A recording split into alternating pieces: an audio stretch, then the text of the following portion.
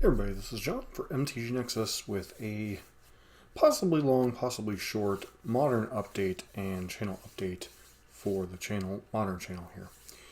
So recently on this week's MTG live stream that they do every Monday, I think during lunchtime, Wizards BNR team or people that participated, including Dan Musser and Andrew Brown, talked about several formats at length where they see the ban list being done and where they see different formats going. This includes Pioneer, Modern, Standard, Legacy, and Vintage.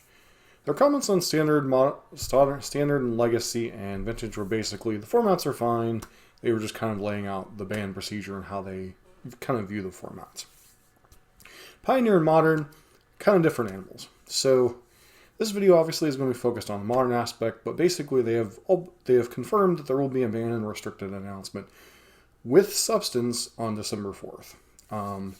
They talked about a couple of things in the video relating to the modern format. Number one was the play rate of Rakdos Scam. Number two was the presence of cards like Up the Beanstalk, Orcish Bowmaster, and the general lack of X1 creatures in the format. Now, you can extrapolate a lot of different things from this.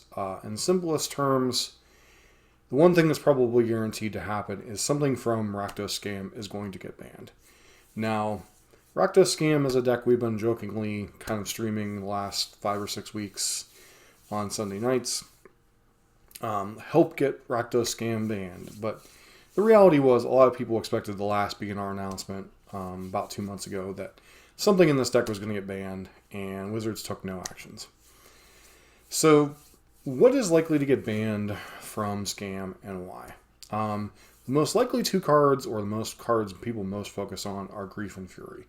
Both of them attack the format in slightly different ways. Grief obviously can be if you have a Undying effect, or if you have different colors, something like Ephemerate. You can easily get double Thoughtseize on turn 1 and be left, with your opponent having a 3-2 or a 4-3 in play. Fury on turn 1 basically is Hogak, where it can be answered, but it's an 8-8 double striker or 4-4 double striker that hits you in 2 to 3 turns, you're dead. And oh yeah, if you happen to play a creature on turn 1, it's dead. Or if they scam it turn 2, turn 3. Say you're a deck like Yawgmoth or Burn, all of a sudden you could have went from a board of having, say, Orcish Bowmaster, a tick down Wall of Roots, and a Young Wolf to all of a sudden having maybe a Young Wolf if you're lucky. So for that reason, a lot of people were assuming that Fury is going to be the cut, and it also certainly inhibits the play of X1s. Cards like Ragavan, but to a lesser extent other X1s like Mana Dorks that aren't named Delayed Halfling, those kind of things. It remains to be seen which one of those two is going to take a hit, or both, but Rakdos Scam, as we know it, is going goodbye. Now, is Rakdos Scam on the level of a deck that's going to get banned out of existence? So, the time I've been playing Modern, there have been several decks that have been banned out of existence. Those include such decks as Crack Clan Ironworks combo, decks like Eldrazi Winter variants, the aforementioned Hogak. Let's see, Amulet Titans taking a huge hit, losing Summer Bloom. Is it Phoenix was banned out of the format largely because of Hogak's sins? Does Rakdos Scam approach the level of broken that something like Hogak represents, that something like KCI represented, that something like Amulet Titan with Summer Bloom represented, even to a certain degree, something like Splinter Twin would present to a format? No. Instead, it falls more into the camp of decks like Malirapod, Kikipod, Is it Phoenix? They either take splash damage from another card being broken in them and leading to other decks, or they're just too large of a presence and they're stifling too much of the format. And, well, I personally feel that players have just kind of gotten lazy a little bit towards fighting this deck, as there are a handful of decks that are very good against Scam in general, or decent good, whether it be Rhinos, Hammer, Omnath Beam to a certain degree, Cabal Coffers variants. The reality is people just continue in larger and larger numbers picking up Scam. Now it's not as high a percentage as it was. It was at like 25, 27%. Now it's like 20-ish% on Goldfish. But you still have a deck that's getting played about a quarter of the big events. The winning deck lists are Scam, so something has to go. And we've been kind of alluding to it for a while that something in this deck was going to get banned. As far as other cards they mentioned, Up the Beanstalk.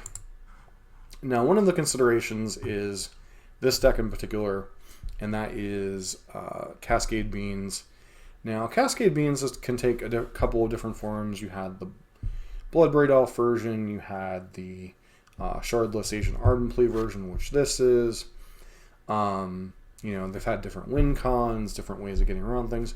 Basically, if you're cascading, you're hitting a bean.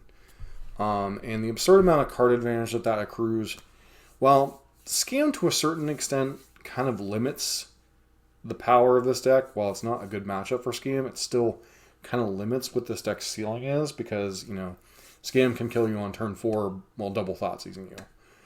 I don't know that Wizards is going to ban something out of this deck, but they did allude to the fact that Up the Beanstalk is a card that's on their radar, and it's possible that Up the Beanstalk might be headed out of the format along with something from Scam. I would say probably less likely than the guaranteed Scam ban, but still something that can go goodbye.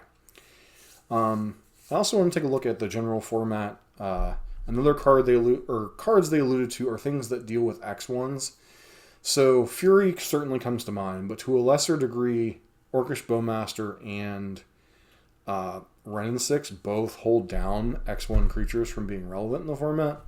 Now, I don't know that either one of those are going to get the axe, but if they do want to open things up to, say, for instance, there's a Winota legendary aggro deck that had a bunch of X1s that I played that's going to be posted on a video on one of our different channels. Decks like that really have a hard time existing because of Bowmaster, Wrenn and 6, and Fury. So I don't know how far they're going to go down that avenue, but certainly it's a consideration that something of those three is getting hit. Most likely is Fury. So you could see Fury gone, Grief gone, possibly Up the Beanstalk. Lesser degree, something like Orcish Bowmaster in the One Ring. But if we want to take a look at some of the top cards in the format right now.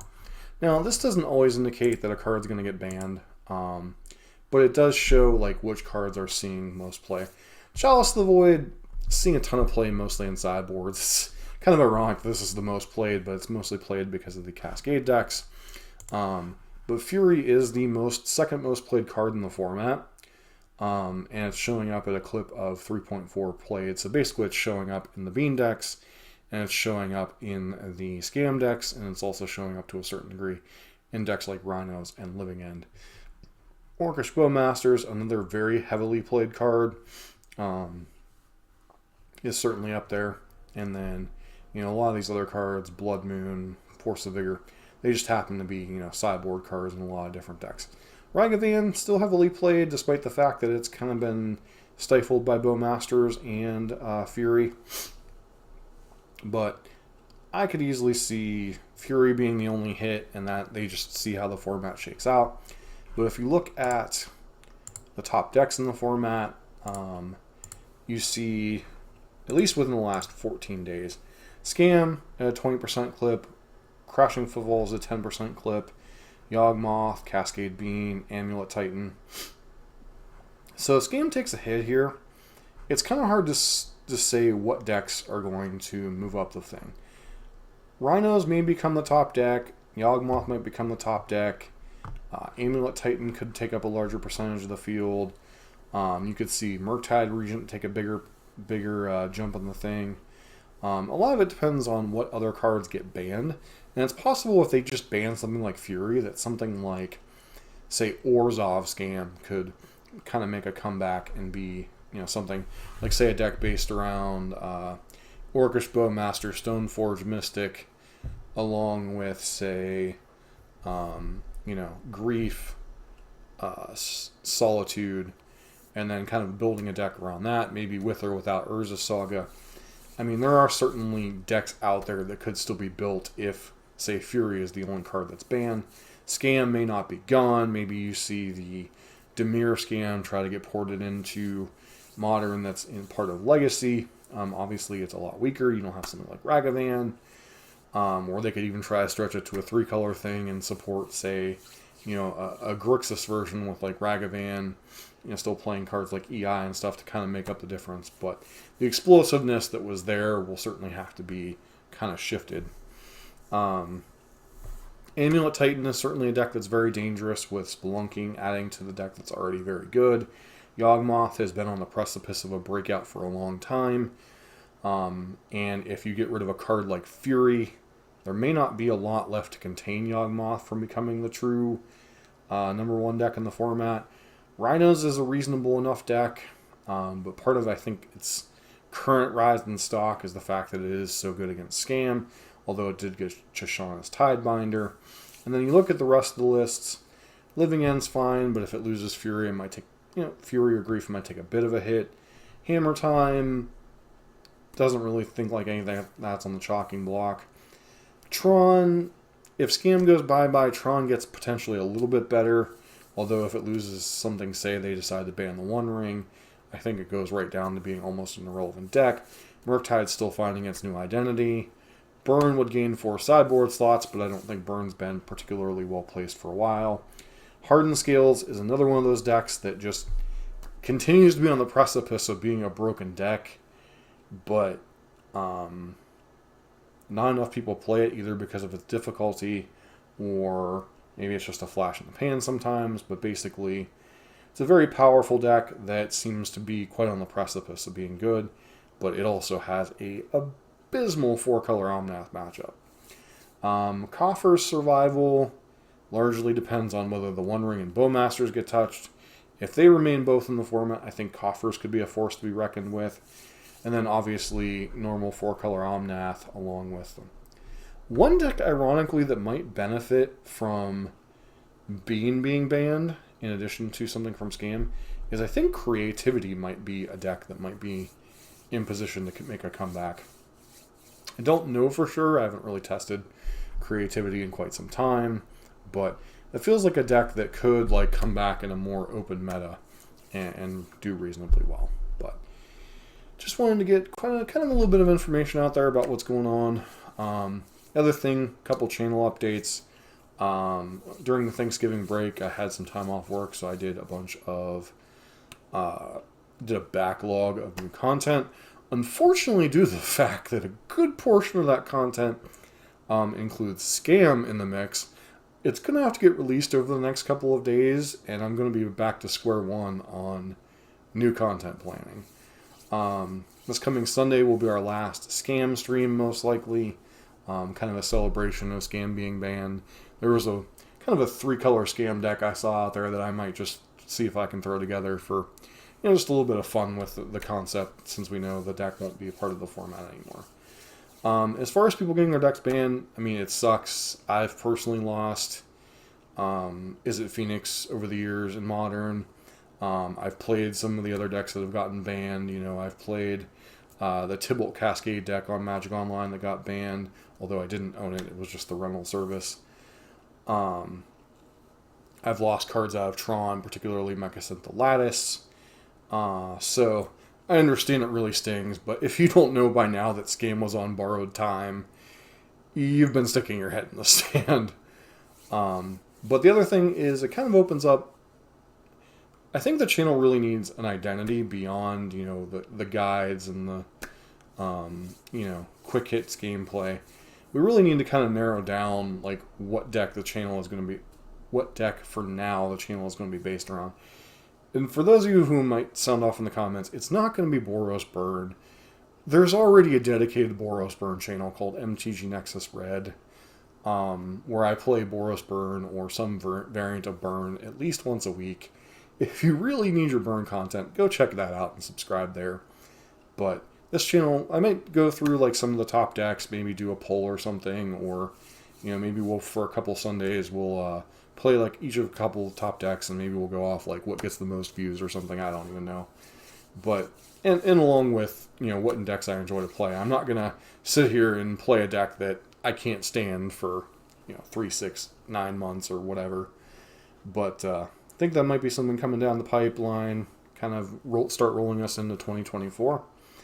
But that was kind of the modern update, both on the ban list, what the format is right now, what the future of the format may look like, and kind of the short-term future of the channel in terms of where content's going to be headed. So if you like modern content, don't forget to like, comment, subscribe. Hope to see you for our next video.